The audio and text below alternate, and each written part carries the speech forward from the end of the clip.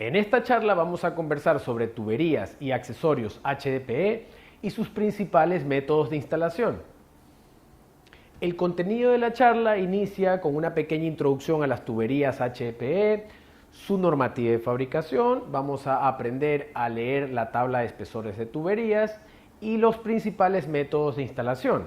Vamos a aprender paso a paso el proceso de electrofusión y los dos equipos más utilizados. También revisaremos brevemente cómo se calibran estos equipos, veremos en detalle dos equipos de termofusión, aprenderemos los pasos para realizar una termofusión a tope correctamente, a leer la tabla de parámetros y a calcular la presión de arrastre. Vamos a terminar esta charla con unas conclusiones y un espacio para preguntas y respuestas. PEAD son las siglas en español para referirnos a esta tubería, donde PE significa polietileno y AD alta densidad. También son conocidas como tuberías HDPE por sus siglas en inglés, donde HD significa High Density y PE significa Polyethylene. Es lo mismo. El origen de estas tuberías se dio en Alemania en el año de 1955 y 2 años más tarde se comenzaron a producir en Estados Unidos. Estas tuberías son flexibles, tienen bajo peso, elasticidad, resistencia a la corrosión. Sin embargo, su principal ventaja es su capacidad de fusión. Cuando instalamos una tubería HDPE, ya sea por termofusión o electrofusión, como lo vamos a ver más adelante, estamos creando un solo cuerpo monolítico. Las uniones en este material son fusiones igual o más resistentes que el mismo tubo. Estas ventajas permiten que las tuberías PEAD o HDPE, como lo hemos visto, sean resistentes a movimientos sísmicos. Existen diversos estudios sobre terremotos alrededor del mundo donde todos los servicios públicos han colapsado menos los que han sido instalados en tuberías de polietileno. En todos los materiales de tuberías, los puntos débiles de la red son las uniones. Para instalar una tubería PVC o de hierro dúctil, por ejemplo, utilizamos un empaque elastomérico que se puede remorder cuando embonamos los tubos, lo que se traduce en fugas desde el primer día de instalación. Por lo expuesto, las tuberías PEAD penetran cada vez con mayor fuerza en el mercado. La empresa francesa Veolia o Interagua lleva usándolas en Guayaquil por más de 20 años. Sin embargo, su uso ya se está generalizando en todo el territorio ecuatoriano. La norma para fabricar estas tuberías en Ecuador es la INEN 1744, que está basada en la ISO 4427, que es la norma internacional. Para su fabricación se contempla la materia prima virgen PE100, sin embargo, en Europa ya se está normalizando el uso del PE100RC, que es una materia prima especialmente recomendada para instalaciones sin zanja. El PE100RC es una nueva materia prima que aún no es un estándar, es más costosa, por lo tanto se reserva su uso para aplicaciones donde necesitemos una resistencia extraordinaria a la tensión y punzaciones. En el centro tenemos el negro de humo, que es la resina natural utilizada para pigmentar a los productos PEAD de color negro y es la que nos brinda la mayor resistencia a los rayos ultravioleta. Es decir, si un tubo va a quedar expuesto en la intemperie, debe ser de color negro. Y a la derecha tenemos un pequeño video grabado en una fábrica ecuatoriana donde vemos cómo se mezcla la materia prima virgen PE100 con el negro, con la resina natural negro de humo para fabricar tubos de color negro.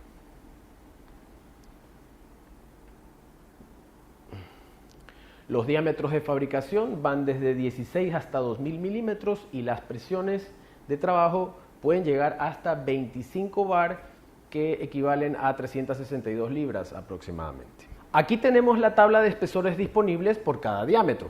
Vamos a aprender a leerla. Como es lógico, a mayor espesor de pared, mayor resistencia a la presión. A la izquierda tenemos los diámetros externos de los tubos en milímetros. Arrancamos en 16 milímetros como el diámetro más pequeño y terminamos en 2000 milímetros como el diámetro más grande contemplado en la norma. A su derecha tenemos las equivalencias en pulgadas y en la parte superior tenemos los SDRs correspondientes a cada PN, donde PN significa presión nominal. A la izquierda tenemos el espesor más delgado correspondiente a SDR 41 o PN4, donde el número 4 está expresado en bar. Y a la derecha tenemos el espesor más grueso correspondiente a SDR 7.4 o PN25. Esto nos quiere decir que bajo la norma ISO 4427, los tubos PEAD fabricados con materia prima virgen PE100 se pueden fabricar para presiones máximas de 25 bar o, lo que es lo mismo, 2.5 MPa o 362 libras. En las tuberías PEAD, la resistencia a la presión se define por el SDR, que es la relación que existe entre el diámetro externo y el espesor de pared de la tubería. Veamos el caso de 160 milímetros. Veamos PN16, que corresponde a 16 bar o 232 libras. Vemos que corresponde a SDR11. El SDR es el cociente entre el diámetro externo y el espesor de pared de la tubería. En este caso, 160 milímetros dividido para 14.6 nos da como resultado 10.95, que redondeando es 11, y de aquí sale esta referencia. Esta tabla se la vamos a compartir para que la puedan revisar con calma más adelante, y de ser necesario, al finalizar esta charla podemos solventar las preguntas que tengan. En la normativa vigente, los tubos para conducción de agua potable pueden ser completamente negros, completamente azules o negros con rayas azules coextruidas. Rayas coextruidas significa que esas rayas no son pintadas, sino que son extruidas en el mismo material que se fabrica el tubo. Por lo tanto, esas rayas no se pueden borrar. El color de un tubo o de sus rayas sirve para identificar el fluido que se transporta. Ejemplo, azul para agua potable, amarillo para gas o café para aguas hervidas. El color de un tubo o de sus rayas coextruidas no representa una certificación. Por ejemplo, los tubos para conducción de gas deben fabricarse bajo la norma EN 1555-2, pero se podrían fabricar bajo cualquier otra normativa y simplemente coextruirle líneas amarillas sin necesariamente cumplir una normativa para gas. Para fabricar tuberías PEAD de cualquier otro color que no sea negro, se utilizan resinas sintéticas. Y a pesar de agregar anti-UV a la mezcla, no logran la misma estabilidad que el color negro frente a los rayos UV. Por esta razón, nosotros siempre sugerimos fabricar tuberías de color negro con líneas coextruidas de identificación para obtener el mayor tiempo de vida útil de nuestras tuberías. Con respecto al rotulado, según la normativa local INEN 1744, este debe incluir el material de la tubería, polietileno de alta densidad, la aplicación, agua potable o aguas hervidas, el diámetro externo, 110 o 160 milímetros, el espesor de pared, el SDR, como lo vimos, puede ser SDR11, SDR17, el tipo de resina PE100, el sello de calidad INEN 1744, la procedencia Ecuador, el número de lote donde se incluye el turno, la fecha, la hora, el nombre del fabricante, y también se puede incluir el nombre de algún distribuidor. En este video pequeño podemos ver nuestro rotulado con láser, que le da mayor resistencia a la leyenda, muy superior al rotulado con tinta tradicional. Dependiendo del diámetro, almacenamiento y transporte, las tuberías PEAD se pueden fabricar en rollos o en barras. La ventaja de fabricarlas en rollos es que realizaremos menos uniones, lo que nos ayudará a incrementar nuestros rendimientos de instalación. Aquí tenemos las presentaciones por diámetro de acuerdo o recomendadas en la normativa local. Desde 20 hasta 110 milímetros se pueden fabricar en rollos de 25, 50 y 100 metros, mientras que de 160 milímetros en adelante en barras de 6, 11.8 o 12 metros. Aquí tenemos los dos métodos más utilizados para soldar o fusionar tuberías PEAD. El polietileno tiene la capacidad de calentarse hasta derretirse, para luego enfriarse y solidificarse sin perder sus propiedades originales. A la derecha tenemos el método de termofusión a tope y a la izquierda el de electrofusión. Ambos métodos son soldaduras térmicas que consisten en calentar ambas piezas a unir, juntarlas y dejarlas enfriar. En termofusión a tope soldamos directamente entre tubos y accesorios. No necesitamos otra cosa que un equipo de termofusión para soldar. Mientras que en electrofusión siempre necesitamos un manguito o unión eléctrica. ¿Qué método es mejor? La respuesta es depende. En termofusión a tope podemos ver todo el proceso, pero el operador debe concentrarse para cumplir los parámetros de calentamiento y fusión. Mientras que en electrofusión no podemos ver el proceso porque sucede en el interior del manguito, pero el operador no tiene que preocuparse de cumplir parámetros porque todo lo realiza automáticamente un equipo. Una vez que una tubería ya ha sido instalada y tapada en zanja, las reparaciones solo se pueden realizar por electrofusión o conjuntas mecánicas, porque para realizar una termofusión a tope siempre necesitamos que uno de los tubos a soldar se pueda desplazar. Si lo analizamos desde los rendimientos de instalación, nosotros siempre sugerimos soldar la tubería por termofusión a tope y usar accesorios de electrofusión para el resto. Podemos decir que estos métodos no compiten, sino que se complementan. Con respecto a los accesorios de electrofusión, las uniones eléctricas o manguitos de electrofusión se fabrican en todos los diámetros, es decir, hasta 2000 milímetros. Mientras que los codos, Ts y demás accesorios, dependiendo del fabricante, llegan hasta 250 milímetros.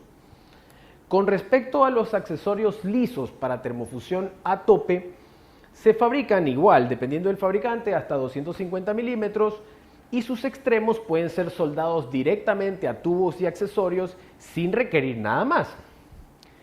Sin embargo, estos accesorios lisos para termofusión a tope también se podrían instalar por electrofusión si agregamos manguitos a cada uno de sus extremos. En una diapositiva anterior hacíamos referencia a los rendimientos de instalación y sugeríamos soldar la tubería por termofusión a tope y usar accesorios de electrofusión para el resto. Aquí lo quiero explicar. Un codo liso inyectado para termofusión a tope necesita dos soldaduras, una para cada uno de sus extremos, mientras que el mismo codo en electrofusión solo necesita una soldadura para soldar ambos extremos simultáneamente. Lo mismo pasa con una T de termofusión a tope que necesita tres soldaduras, una para cada extremo, mientras que en electrofusión la misma T solo necesita dos soldaduras, una para las dos conexiones principales de la T y la otra para la salida perpendicular. Por esta razón, hasta 250 milímetros los rendimientos son más convenientes usando accesorios de electrofusión, mientras que para soldar tubería recta, ambos métodos nos brindan el mismo rendimiento de instalación, solo que si soldamos la tubería por termofusión a tope, nos ahorramos los manguitos de electrofusión. El procedimiento detallado de ambos métodos lo vamos a ver más adelante. Para diámetros superiores a 250 milímetros, todos los accesorios PEAD se fabrican de tubería, por lo tanto son accesorios lisos para termofusión a tope. Sin embargo, al igual que los accesorios lisos inyectados que veíamos unas diapositivas atrás, cualquier accesorio liso fabricado de tubería también se podría instalar por electrofusión si agregamos manguitos a cada uno de sus extremos. Un accesorio de electrofusión siempre es hembra, mientras que los tubos a unir son los machos. En su parte interna tienen incrustada una resistencia eléctrica con dos salidas donde se conecta un equipo de electrofusión para energizar la resistencia eléctrica y de esta manera fundir la parte interna del manguito con la pared externa de los tubos a unir. Aquí tenemos las partes de un accesorio de electrofusión. Con el número 1 encontramos los conectores, donde decíamos que se conecta el equipo de electrofusión para energizar la resistencia eléctrica que se encuentra en la parte interna. Con el número 2 tenemos los testigos. Cuando estamos realizando una soldadura por electrofusión, el PEAD se derrite y sale por aquí. Estos testigos brotan y nos dan indicios de que la soldadura se realizó correctamente. Sin embargo, en el caso de que estos testigos no broten, no necesariamente significa que la soldadura se realizó mal. En estos casos tenemos que entrar a la memoria del equipo para descargarnos el informe o el reporte de esta soldadura y confirmar si los parámetros de fusión se cumplieron a cabalidad.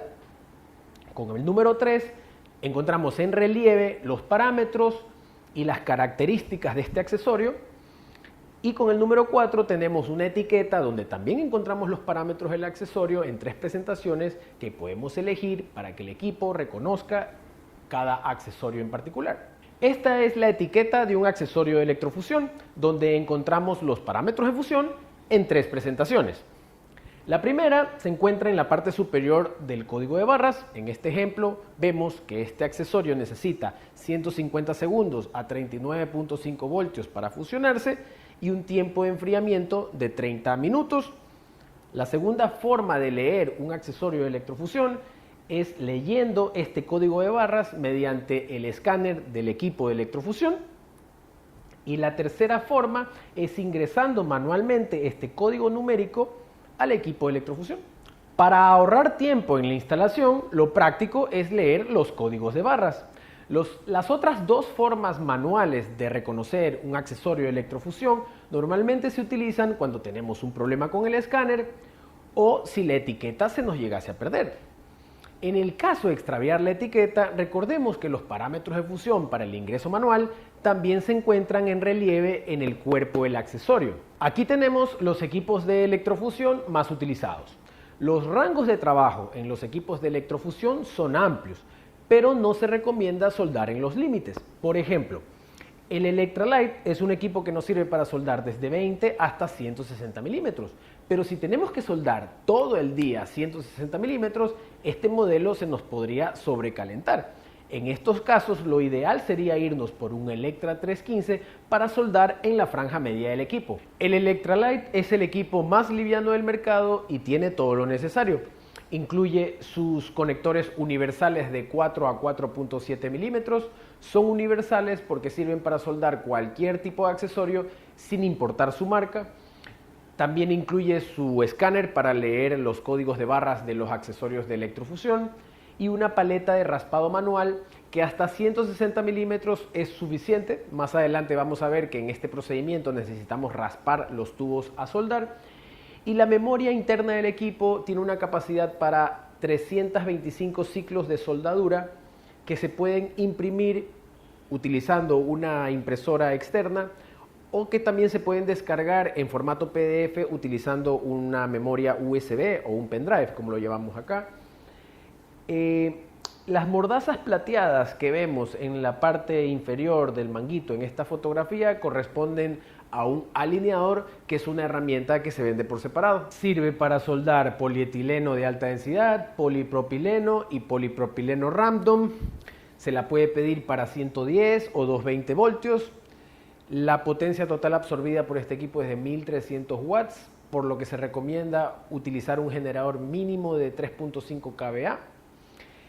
Y el equipo tiene un peso de 7 kilogramos. Para diámetros hasta 500 milímetros tenemos el Electra 500.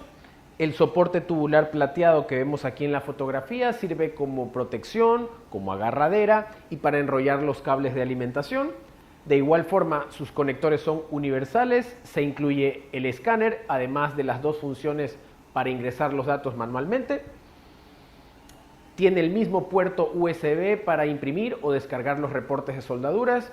Tiene una memoria para 4000 ciclos, un GPS para georreferencia y trazabilidad y se incluye un maletín rígido de transporte. De igual forma sirve para soldar polietileno de alta densidad, polipropileno y polipropileno random. También se la puede pedir para 110 o 220 voltios. La potencia total absorbida por este equipo es de 3100 watts, por lo que se recomienda un generador mínimo de 5.5 kVA. La trazabilidad de las soldaduras se realiza de acuerdo a la norma internacional ISO 12176 y el equipo pesa 18 kilos. En electrofusión es necesario raspar los tubos a unir. Para esto podemos utilizar la paleta manual que se incluye en los equipos de electrofusión o raspadores rotacionales como el que vemos aquí en la foto, que nos ayudan a obtener un raspado uniforme y ahorrar tiempo en diámetros superiores a 200 milímetros. En el proceso de electrofusión también se utilizan alineadores de distintos tipos, como el que vemos en la foto de allá, que cambian de acuerdo al diámetro y tipo de accesorio a soldar. Cuando los tubos pasan mucho tiempo en bodega, se pueden achatar en las puntas. Esto se corrige con redondeadores que, dependiendo del diámetro, pueden ser mecánicos o hidráulicos. El proceso de electrofusión, según la norma UNI 10521, empieza por raspar las áreas de fusión. hay que remover la película de óxido que se forma en la pared externa de los tubos PEAD. Luego debemos limpiar con alcohol isopropílico las áreas raspadas y el interior del accesorio. Medimos las distancias para instalar el accesorio, leemos el código de barras del accesorio de electrofusión, le damos OK al equipo y este nos indicará cuando haya finalizado. Luego tenemos que esperar un tiempo de enfriamiento sin mover la tubería. Aquí tenemos dos ejemplos. En el video del centro vamos a ver cómo un maestro instala las dos conexiones principales de una T y en el siguiente vamos a ver cómo se instala la salida perpendicular de esa misma T. Veamos.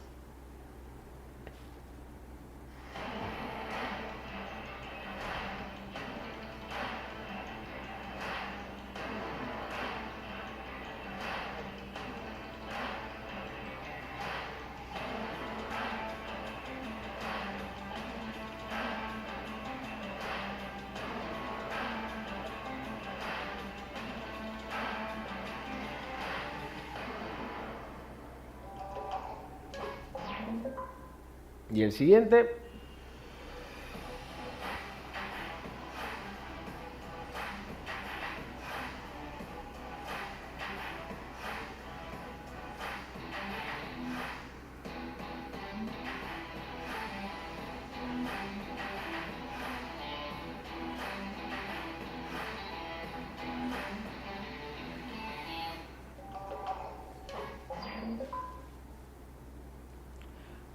Por cierto, un alineador, como lo vimos en diapositivas anteriores, evita que las tuberías se muevan durante la fase de soldadura y enfriamiento.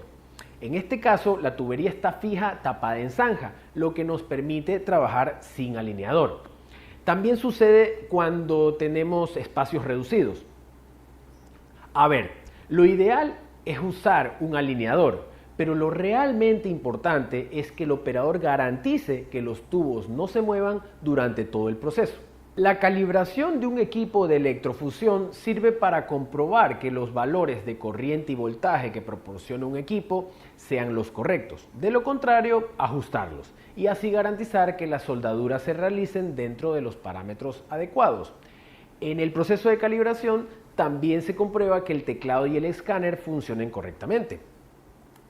En la norma ISO 121762 se establece que los fabricantes de equipos de electrofusión deben de garantizar, entre otras cosas, que los valores de corriente y voltaje se mantengan sin variaciones durante al menos 12 meses. Por lo tanto, es recomendable calibrar los equipos mínimo una vez al año. Los elementos para calibrar un equipo de electrofusión son el equipo de electrofusión a calibrar, el banco de calibración y los códigos propios de cada fabricante, un voltímetro, un amperímetro, una impresora externa para imprimir el reporte de calibración y una memoria USB o un pendrive. Quiero hacer un pequeño resumen de lo que hemos visto hasta aquí.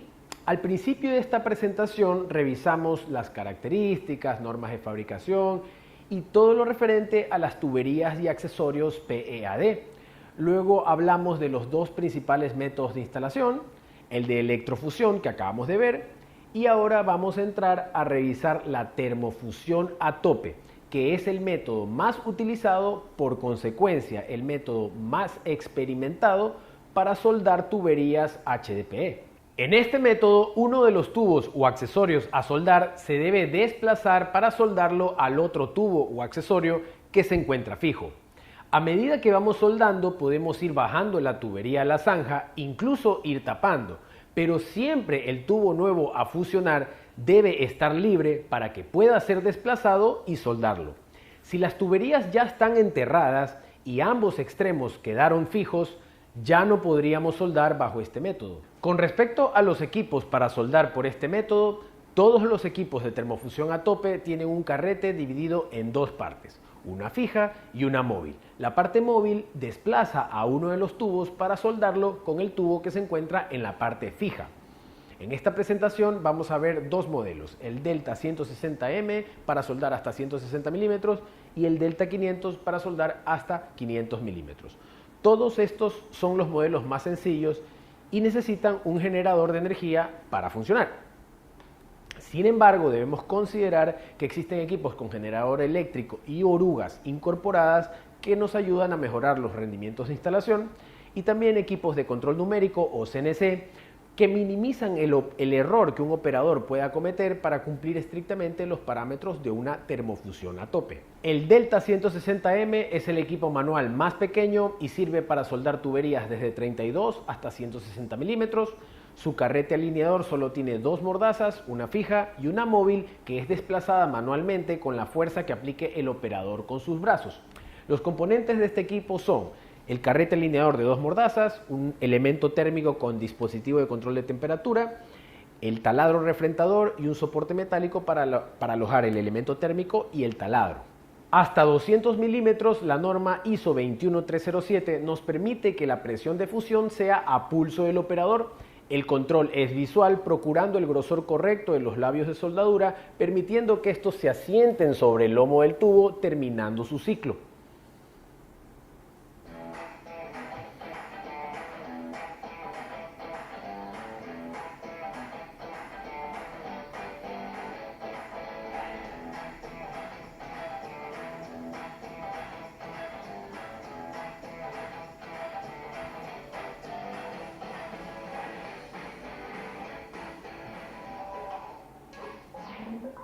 Listo, continuamos. El Delta 160M sirve para fusionar polietileno y polipropileno. Su alimentación puede ser de 110 o 220 voltios. La potencia total absorbida en el caso de 110 voltios es de 2020 watts, por lo que se recomienda un generador eléctrico al menos de 3.5 kVA. Y el peso de su carrete alineador, que es lo más pesado, es de 35 kilos. Mientras que por su rango de trabajo, el Delta 500 es uno de los equipos más vendidos. Su carrete alineador, en lugar de tener dos, tiene 4 mordazas y 2 cilindros hidráulicos. Para diámetros superiores a 200 milímetros, la norma nos exige que la presión de fusión sea controlada por cilindros hidráulicos. El diámetro máximo que este equipo puede soldar es 500 milímetros. Y agregamos insertos o reducciones para trabajar en cualquier diámetro entre 200 y 450 milímetros. Cada juego de insertos o reducciones se compone de 8 unidades, 4 para las mordazas superiores y 4 para las inferiores. Aquí tenemos un desglose minucioso de todos los componentes de un Delta 500. Su carrete alineador, compuesto de 2 mordazas fijas y 2 móviles que son desplazadas por 2 cilindros hidráulicos, uno superior y otro inferior. Su plato calefactor, que tiene un revestimiento antiadherente para evitar que el polietileno derretido se pegue, y también tiene un termómetro análogo independiente para comprobar la temperatura. Su taladro refrentador con su soporte metálico, donde también se aloja el plato calefactor. Y a diferencia de los equipos manuales, estos equipos incluyen un tablero de control donde se aloja la bomba hidráulica para abrir y cerrar el carrete. En este panel de control tenemos con el número 16 el manómetro para controlar la presión de los cilindros hidráulicos. Con el número 17 tenemos la palanca de distribución del aceite, que sirve para abrir y cerrar el carrete. Con el número 18 tenemos la válvula de alivio de presión, y con el número 20 tenemos la válvula de máxima presión. Es necesario tener presentes estos componentes cuando entremos a ver paso a paso el proceso de termofusión a tope. Aquí tenemos las conexiones hidráulicas y eléctricas. La conexión hidráulica entre la unidad o tablero de control y el carrete de mordazas se realiza en el cilindro hidráulico superior del carrete móvil, como lo vemos en esta foto. Más allá tenemos el diagrama de las conexiones eléctricas. Son 3 elementos que deben conectarse al suministro de energía. El taladro refrentador y la unidad de control van directamente al generador, mientras que el plato calefactor, que es el elemento que más consume, primero pasa por un cuadro de control de temperatura antes de ir al generador. El Delta 500 sirve para fusionar tuberías HDPE, PP y PVDF. Se lo puede ordenar monofásico o trifásico. La potencia total absorbida en el caso del monofásico es de casi 8000 watts, por lo que se recomienda un generador de al menos 12 kVA, y el peso de todos los componentes es de aproximadamente 408 kilos, por lo que se recomienda al menos una retroexcavadora para movilizar el carrete alineador en obra y para levantar el plato calefactor y el taladro refrentador durante el proceso de termofusión a tope. El proceso de termofusión a tope, según la norma ISO 21307, se divide en dos fases. Primero, la fase de preparación de tuberías y segundo, la fase de fusión.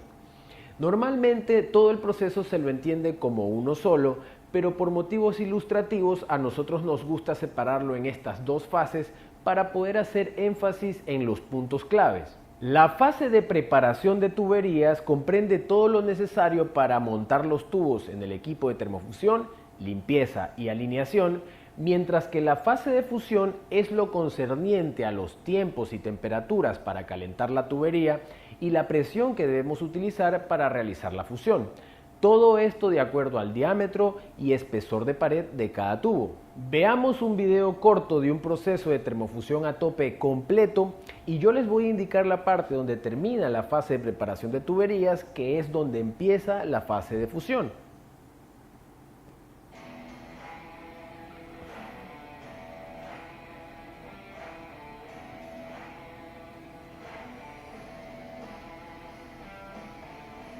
Esta es la última parte. Aquí terminó la fase de preparación de tuberías y empezó la fase de fusión.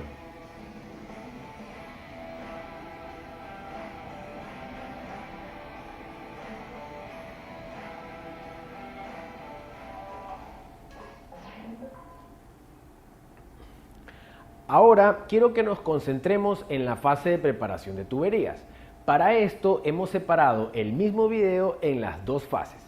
Veamos nuevamente la primera fase.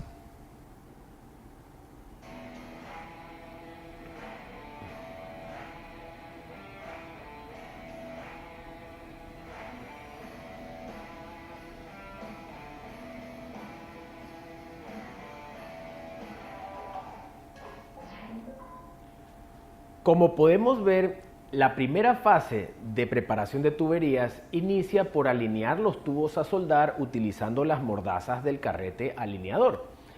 Una vez sujetos, cerramos el carrete para comprobar que los tubos no se deslicen, limpiamos con alcohol isopropílico y refrentamos para dejar el corte en escuadra. Esta parte, el punto 4, no se muestra en el video. Pero luego de refrentar debemos comprobar la alineación de los tubos que vamos a soldar, cerrando el carrete alineador para juntar las tuberías y comprobar que no hayan escalones pronunciados en el punto donde realizaremos la soldadura. Lo podemos hacer visualmente buscando que no hayan pases de luz entre las partes. En el caso de que las partes estén desalineadas, debemos probar apretando y desajustando las mordazas del equipo hasta hacerlas cuadrar. Siempre que hagamos estos movimientos, obligatoriamente tenemos que volver a refrentar antes de pasar a la fase de fusión. Esto hay que realizarlo las veces que sean necesarias. Es importante entender que el último paso antes de entrar a la fase de fusión es el fresado, porque no habrá mayor limpieza que haber rebanado el material con las cuchillas de la fresa. Así también es importante indicar que luego de refrentar debemos retirar con cuidado la viruta, evitando tocar con los dedos las puntas refrentadas a fusionar. Los dedos tienen grasa y pueden contaminar la fusión. Si tocamos, debemos volver a refrentar. Aquí termina la fase de preparación de tuberías para entrar a la fase de fusión. Veamos nuevamente la parte del video que corresponde a la fase de fusión.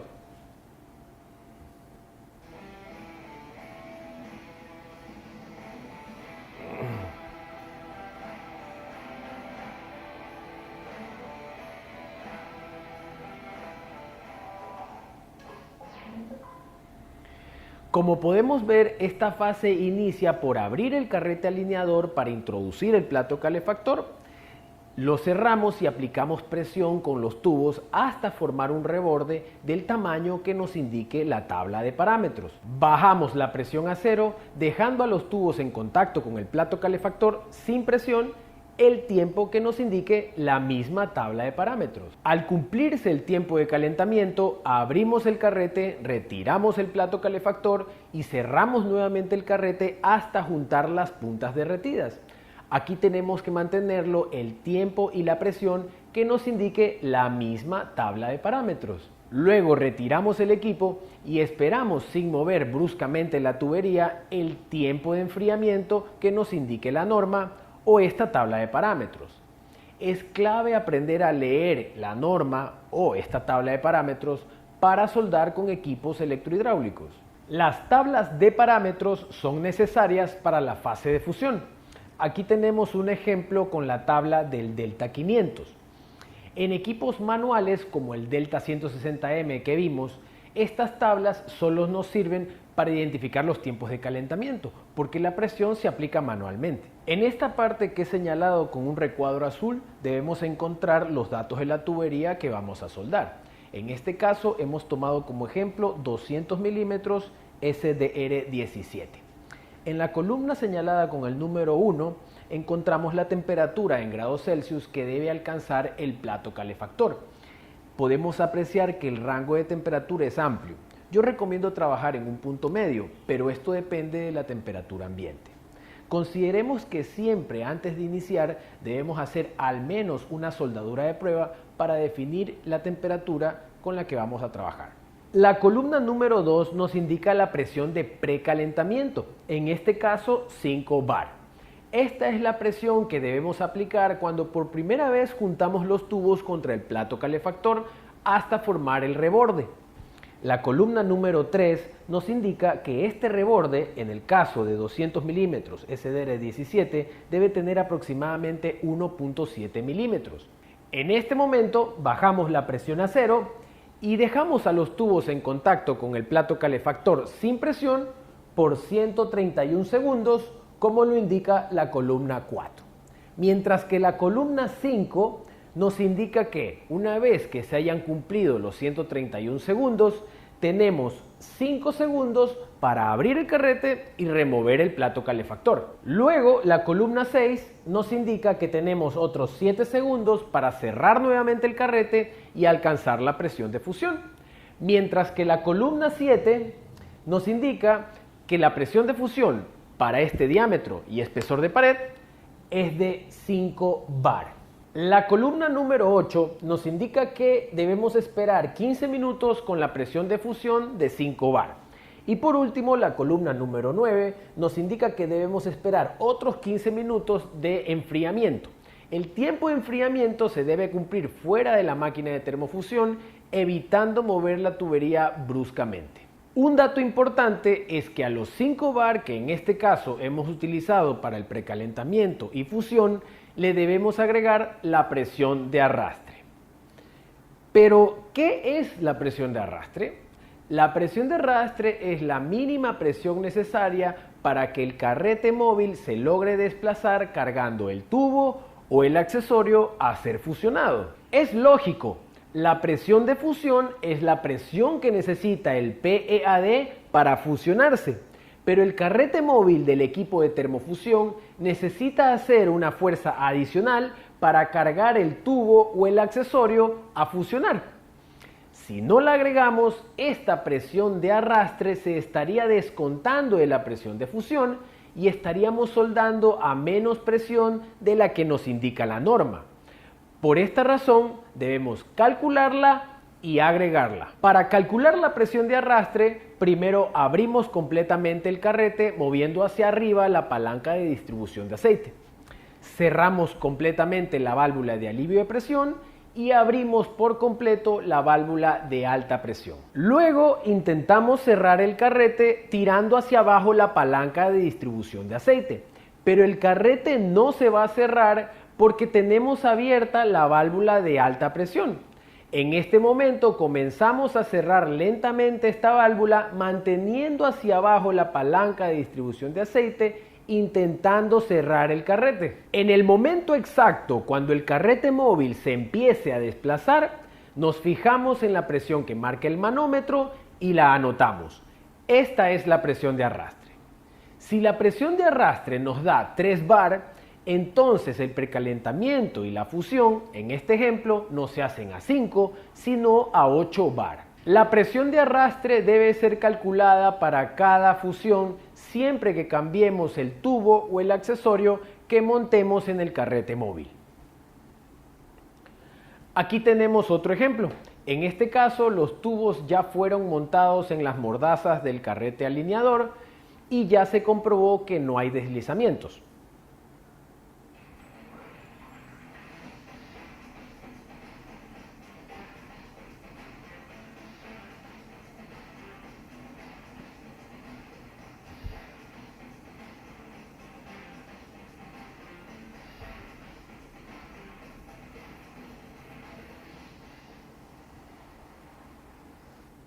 Un error común que cometen algunos operadores sin experiencia en la fase de preparación de tuberías es que limpian con alcohol luego de haber refrentado. Repito, que no hay mayor limpieza que rebanar el PEAD con las cuchillas del refrentador. Si limpiamos con alcohol después de haber refrentado, probablemente estemos ensuciando el área de fusión en lugar de limpiarla. Para aumentar la vida útil de un phaser o de un taladro refrentador, debemos cortar la tubería con herramientas profesionales que realicen el corte en escuadra. Si realizamos cortes irregulares, de todas formas el taladro refrentador lo va a rectificar, pero estaríamos forzando el equipo. El taladro refrentador de un equipo de termofusión está diseñado solo para darle el acabado final a los extremos a soldar antes de ingresar el plato calefactor, no para corregir imperfecciones muy pronunciadas provocadas por cortes irregulares. En esta foto tenemos cortatubos rotacionales que nos sirven hasta 315 milímetros. Estas herramientas dejan el corte en escuadra y liso tal como cuando los tubos salen de fábrica. Y para diámetros superiores podemos utilizar una sierra sable como lo vemos en la otra foto. Cuando utilizamos tuberías HDPE nos olvidamos de los típicos desprendimientos de uniones de tubería en laderas de la sierra. Aquí tenemos unas fotos de una instalación en un sector muy complicado del cantón Sicchos en la provincia de Cotopaxi. Las tuberías tenían que pasar guindando entre montañas para llevar agua potable a unas comunidades del sector. Probablemente esta obra no se hubiese podido realizar sin tuberías HDPE.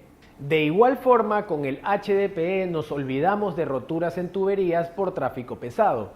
El HDPE es flexible, soporta aplastamientos y se recupera sin perder propiedades mecánicas. Aquí tenemos un ejemplo de cómo el PEAD resiste un aplastamiento intencionado con prensas para realizar una instalación en una tubería con servicio. Aplastamos por completo la tubería para cortar el flujo y trabajar sin agua, realizamos las soldaduras pertinentes y luego retiramos las prensas. La tubería recupera sin perder propiedades mecánicas. Esto no se podría realizar con ningún otro material.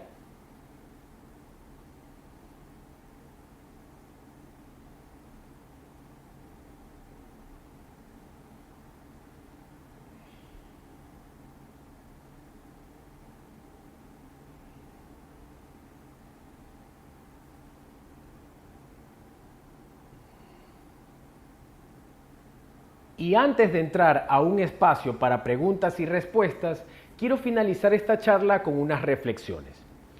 Para obtener todas las ventajas que nos ofrece el polietileno de alta densidad, es importante que las soldaduras, ya sean por termofusión o electrofusión, se realicen dentro de los parámetros normados y siguiendo estrictamente los procedimientos vigentes.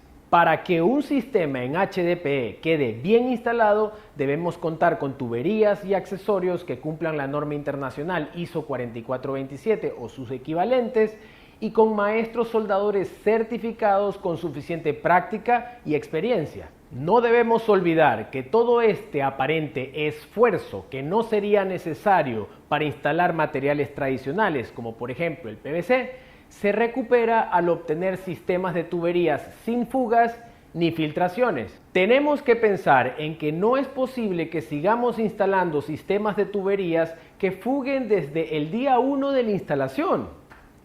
Cuando una tubería no es hermética, no solo que perdemos agua por fugas, sino que también el agua para el consumo humano puede contaminarse por filtraciones.